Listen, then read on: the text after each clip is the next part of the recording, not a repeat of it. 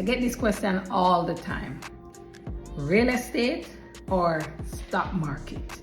Which is better? The answer is both. Both serve a purpose. So let me break it down. With stock market investing, you're owning companies, right? And over time, your expectation is that the value of these companies goes up and you're able to make your money work for you. However, with stock market investing, it brings a lot of volatility. The price is up, down, sideways, crossways, and so not a lot of people can stomach the volatility with stocks. But the thing is, over the long term, stock prices go up. That is the truth of it.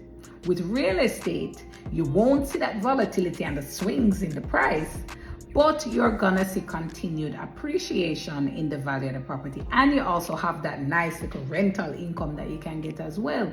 There is a place for both of them inside your portfolio.